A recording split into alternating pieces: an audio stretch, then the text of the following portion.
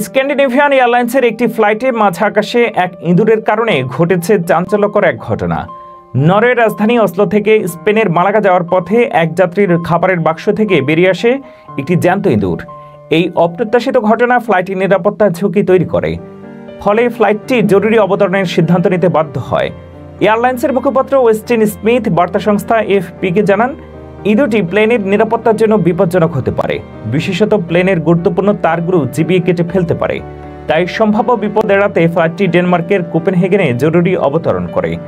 যাত্রীদের আরেকটি উড়োজাহাজে করে তাদের গন্তব্যে মালাগায় পাঠানো হয়। এই ঘটনা যাত্রীদের জন্য আতঙ্কজনক হলেও তা ঠান্ডা মাথায় সামাল দেওয়া হয়। ফ্লাইটের যাত্রী জার্ল্ড বোরেস্টেড বিবিসি নিউজকে বলেন, তার পাশাপাশি এক নারী যাত্রী খাবারের বাক্স খুলতেই ইঁদুরটি বেরিয়ে আসে।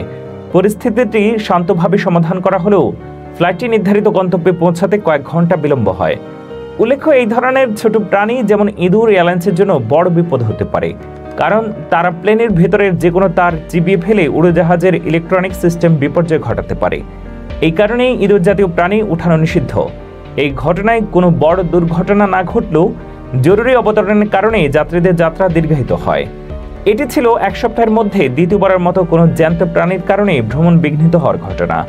এর আগে দক্ষিণ ইংল্যান্ডে একটি ট্রেনের যাত্রা মাঝপথে থামাতে হয়েছিল দুটি কাঠবিড়ালির অনুপ্রবেশের কারণে।